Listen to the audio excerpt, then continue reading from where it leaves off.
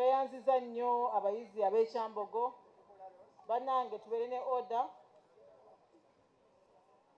ne order aba Insurers Association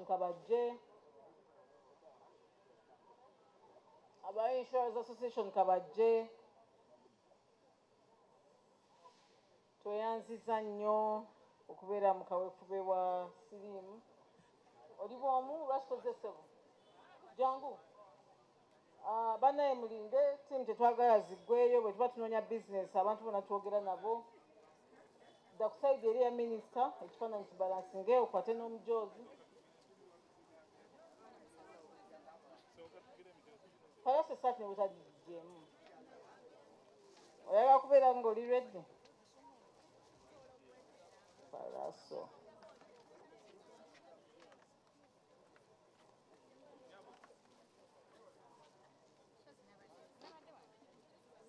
n'omujoozi omulala gumu nja kusabayo ekifaananyi nga Pallaso ali ne Katikiro yekka Katikiro nkuloopera Pallaso oyo Pallaso namukubidde ekiro 6 naye yakutte essimu abatakwata masimu ge batamanyi simanyi bwe babeera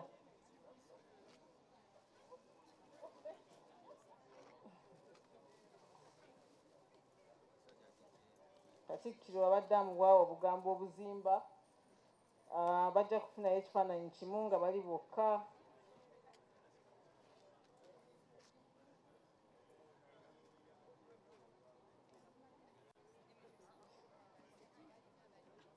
mujja nakumpayo kimu nga Pallaso ayimiridde yekka nga ekyakatikiro kiwedde akunga abantu batwale obujoozi obusembayo sirowooza nti enkya tunaba tulina obujoozi wano ande Pallaso tunula waggulu Katikiro nja kusaba oweeyo kawaazi kati nnyo Pallaso afune ekifaananyi ekikunga abantu nga bwe maliriza nja kuyita Hajat Namyalo mwebale mbadde manyi mwebasi naye olaba munterezezza mukyatunula Hajat Namyalo mbadde nsaba ojje tukwaniriza nnyo manyi ekyokusatu mirimu omuntu gyakola n'ekyokuna ddembe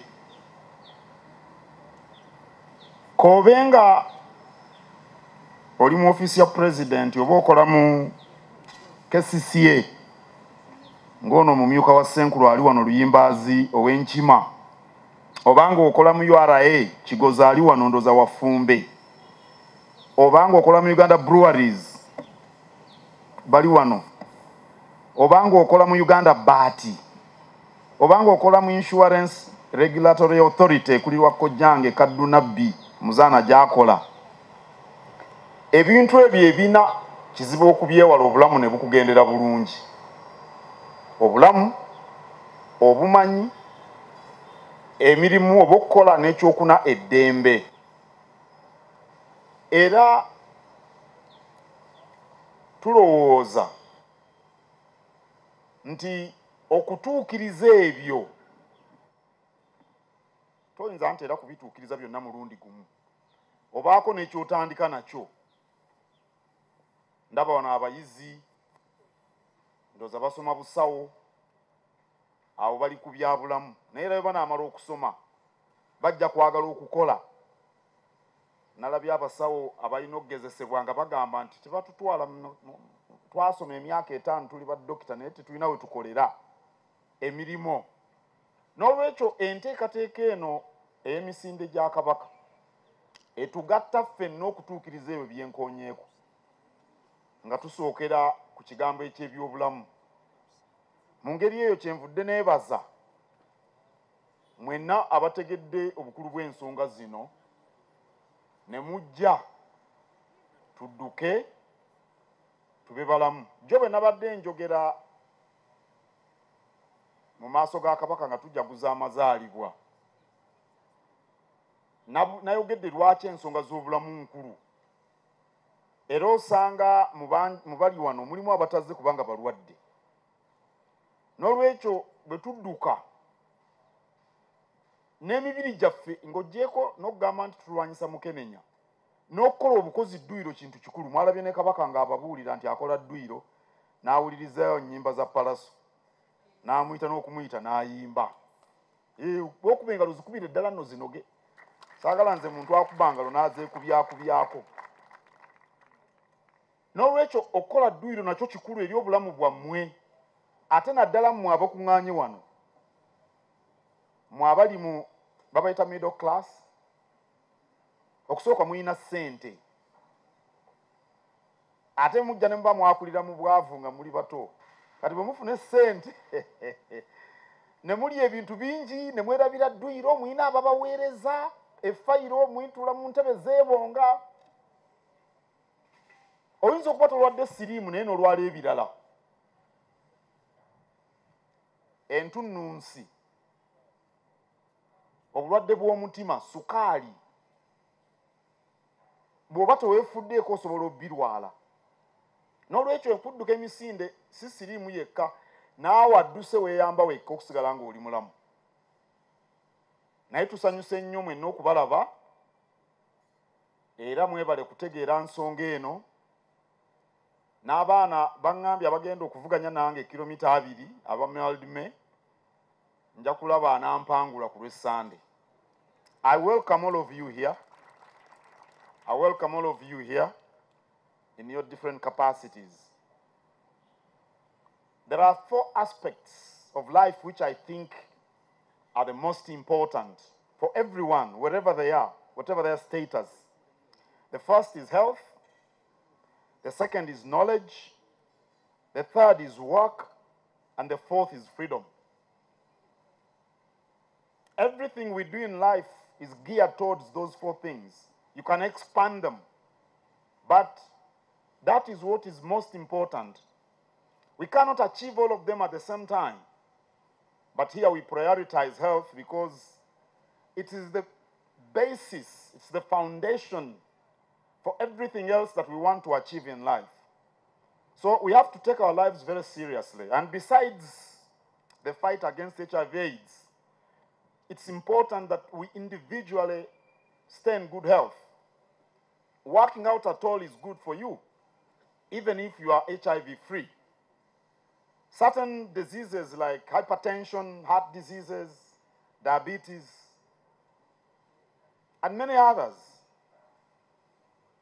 can be prevented when we're healthy. And working out is one way of ensuring that we are healthy. So besides the desire we have to banish AIDS out of here by 2030, it's also important that our bodies are in good shape, that we are healthy.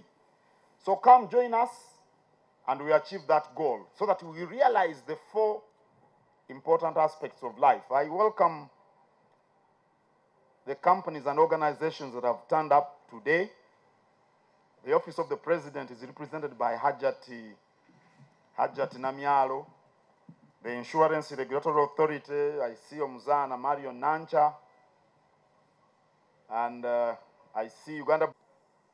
Bank of Uganda, of course. Bank of Uganda has very good facilities for farmers especially. The interest rate is 12%. And who else haven't I mentioned? Unilever Group. Everybody who came here brushed their teeth this morning. And it's because of Unilever Group that we've got healthy teeth. So, yes, and I enjoyed Guinness last evening. So, everyone is welcome. Yeah, the NRM people are here. Omanyi kabaka ye kitaffe, everybody is welcome here. For as long as you know kabaka ye kitaffe. Bw'oba omanyi kabaka ye kitaffe, everybody is free to come here. Everyone. From wherever they hail. Everyone is free to be here. NRM, DP, NUP, FDC. This is our father's ground, and everyone is welcome. For as long as you know the king is our father. Kyenva mulabanga nnyaniriza buli muntu. Kati bwe nnayaniriza ab'NRM nga abanupu banyiga. Ate bwe nnayaniriza abanupu mu aba-NRM nga munyiga. Situwagala byabufuzi ebyo. Twagala ffenna tubeere bumu tuvuganye bulungi nga tewali kusikaŋŋana bitogi. Bwe tunaakolera mu mwoyo ogwo Uganda ejja kutebenkera. Mwebale nnyo mwebalira ddala Katonda abakuume. No, we can't do that. Kindly, we will follow a queue because you will see some brands. We tried to come up with a mechanism that sorts out some of the brands that engaged and reverted back in time. We will have BOU follow. KPMG will come after there. As KPMG,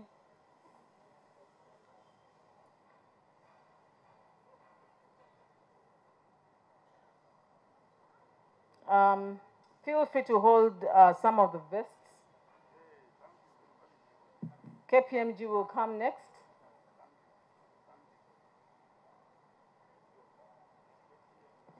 That Uganda Railways Corporation will also get ready.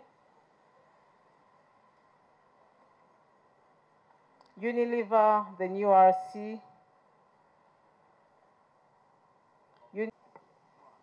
Naye onovira ntujja kuba tukuwadde ekika. Kindly hold on abebifaananyi. I see Unilever tenagenda ku screen kubadde kukyaliko KPMG naye muyinza okukubira kweza nnyo Unilever. Nnyo omukyala ayambadde bulungi era ayinza okufuna ekifaananyi ne Katikiro yekka. Ebifaananyi bya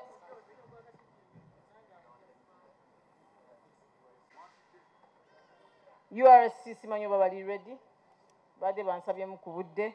Bwe baba tebali tufune abasipla.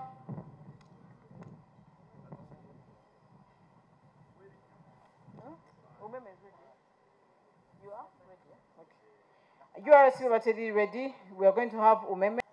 Tujja kuhavinga omuzaana next. Haja osobola ogenda okusaala.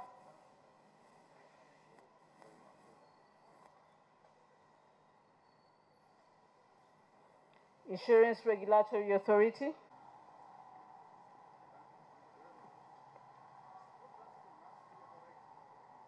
Tweyanziza nnyo aba URC. Thanks for coming on board.